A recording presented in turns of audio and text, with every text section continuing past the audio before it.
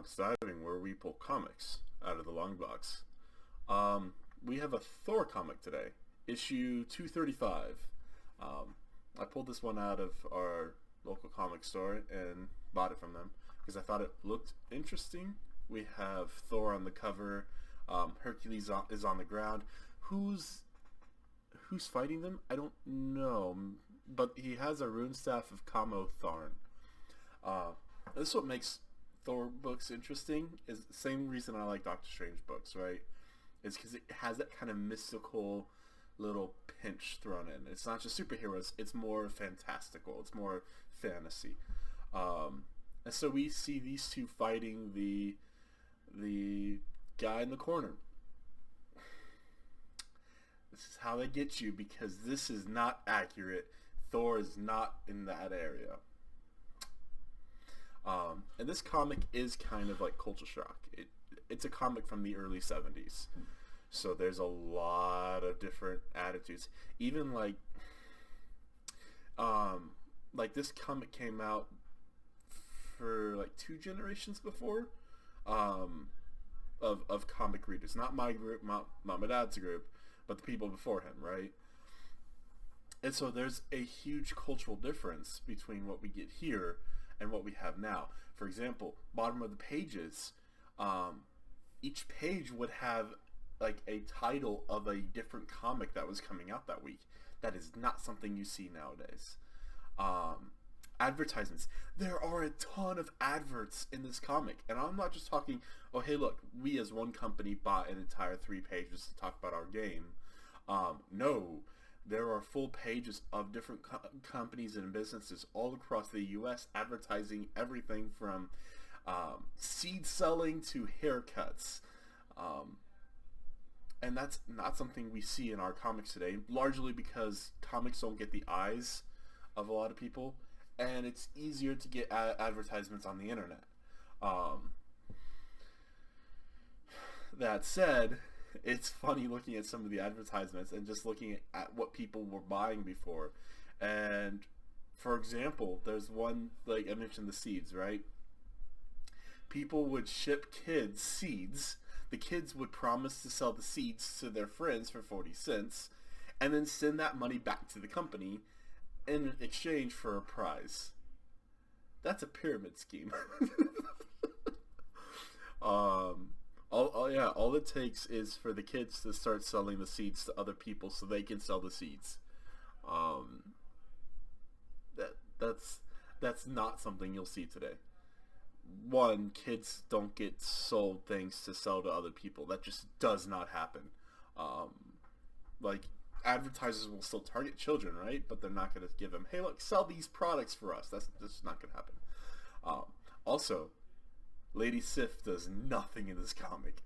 She's in there. She's a main character. She does nothing. Again, that's another big cultural change. So, but yeah, again, I have to keep talking about this. This comic is actually split into 3 chapters, right?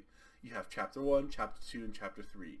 And that's interesting, right? That they do it that way. I've not really seen that before, where a comic itself is separated into different chapters, where you could read the first chapter on its own, and it's a story. It's a short story. But it does work as its own standalone thing. So chapter 1 focuses on Thor. Right now, he's dealing with Jane Foster being sick. And he's agonized over it, that Jane Foster is gone from his hands once again, and this wise old dude can't do anything about it. His friends are looking for something in a labyrinth that might help. And Thor can't do anything, and he's heartbroken. He's yelling for Odin. He's like, "Oh, Father, answer me!" And Odin does not answer. And Thor does something stupid. And this is interesting. I don't think we see it a lot. But Thor strikes his hammer down onto the building he's on, crumbling the wall, sending it down towards pedestrians. That is not a hero action. Thor realizes he did something evil, and so he has to send Mjolnir through the air to break up all the rocks, which is It's interesting. Doesn't seem plausible, but it's a magic hammer. So what do you expect? He's like, I won't be able to reach it, but maybe Mjolnir can. It's really funny. We then get a thug. Okay, in the next page we have this thug, and he's the villain. He's like, blasted rain, if it wasn't for all this water, I'd attack that creep right now. Yeah, if it wasn't for this crummy rain. Again, like, I mean, we don't talk like that anymore. Crummy, blasted, creep, we don't use those words all that often. Creep, yeah, but it's not something you'll hear. But this guy is obviously the villain. And we see he's the villain. Some kid gets in his way, so he lifts the kid up and is like, I'm gonna beat you. We'll find out who he is later. But somehow he got beat by the rain.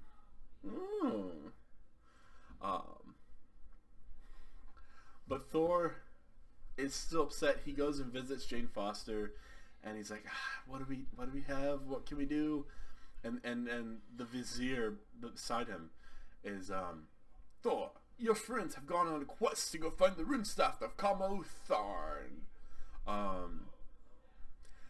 And he's like, that's your only hope, man. And Thor has to hope that this is gonna be good enough, because otherwise Jane Foster has no chance. And I actually like this storyline where we get to see, I don't know if it's like the best written thing, but we get to see Thor as a man who can't do anything, which you don't often see heroes. You don't often see heroes not being able to do something. But his friends have gone on a legendary quest to go find a legendary artifact, and Thor just has to wait. We then, chapter 2, see Hercules and Lady Sif go into the labyrinth. And they meet this what was it? I guess it's Thorn. I don't know who that's called. But they're in the labyrinth. They meet an old man. The labyrinth looks cool because it's dilapidated and it's old. But you can definitely tell that it used to be opulent. It used to be like super good. And they get into a fight over the rune staff, and the bad guy lifts up the rune staff and zaps Hercules. And Lady Sif's like, no, watch out! That's all she does, I'm sorry.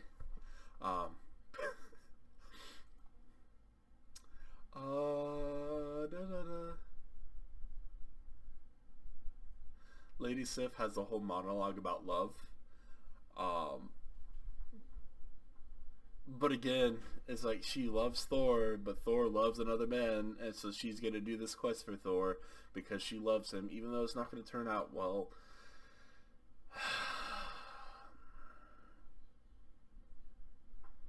This is what she does, by the way. She doesn't do much of anything else. And she's like, no, as Hercules gets zapped again. What is going to happen this time? And Hercules gets zapped again, and he becomes death. And then you have a whole panel of Hercules on the ground. Is like, what have you done to me? I can't fight. I am deaf now. I'm like, really? I know you can see him. You can fight. It's like Lady Sif has to be the cheerleader. It's like, you could do it, Hercules. You could do it. And Hercules gets back up and fights the bad guy and wins the staff. And then he's not deaf anymore. That's it of chapter 2. It's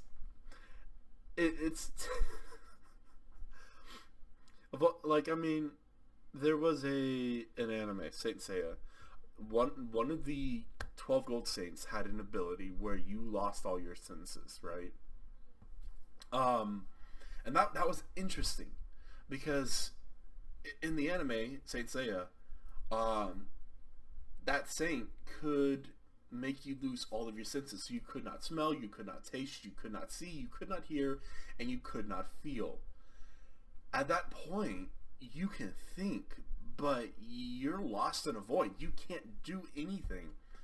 and that would have been 1,000 times better of a curse to put on Hercules, where Hercules literally is sitting there on the floor and doesn't know where he's at.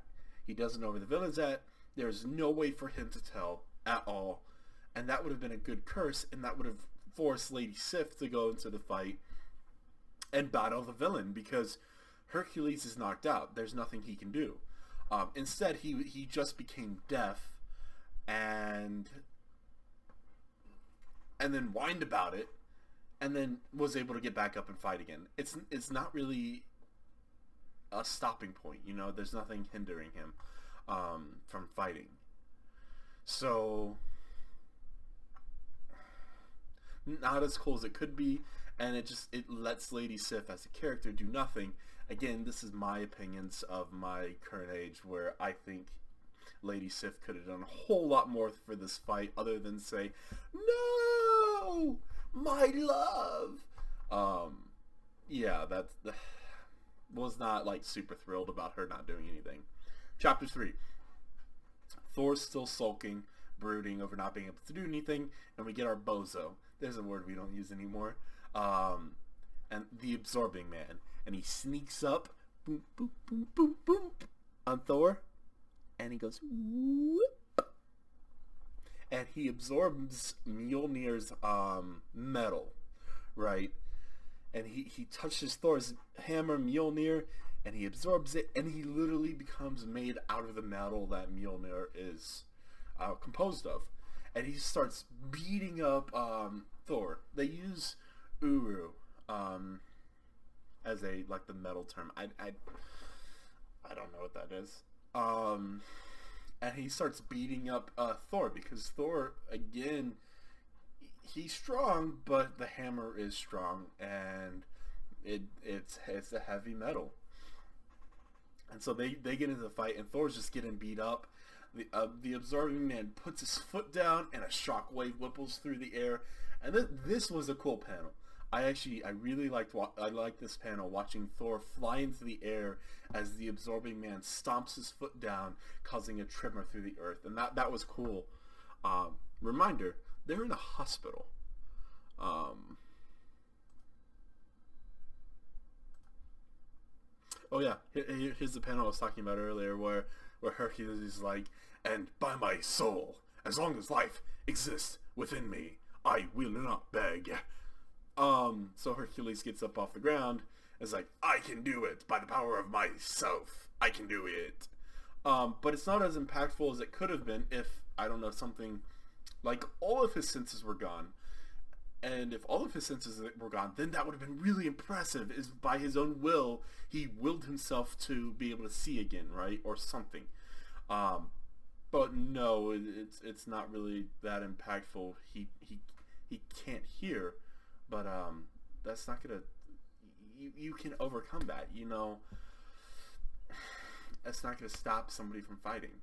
So it's not really cool.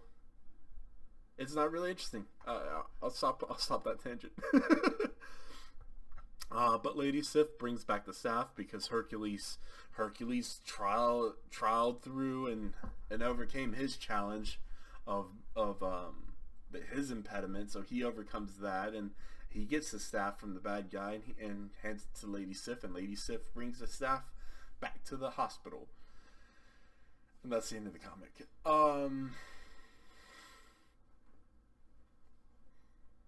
It was something. It's definitely different than what we're used to.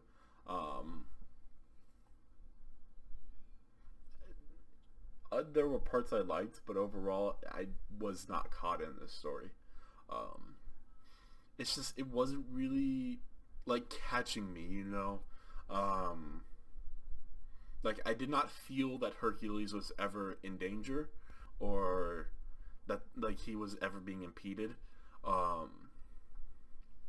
Thor, I did feel that Thor had the brooding issue, right? And so his fight with the Absorbing Man was interesting, because he's still feeling upset about Jane Foster. He can't do anything about it. And then here's a fight for him to deal with. Great. Lady Sif, there was nothing for her to do in this comic. It was all because of Hercules.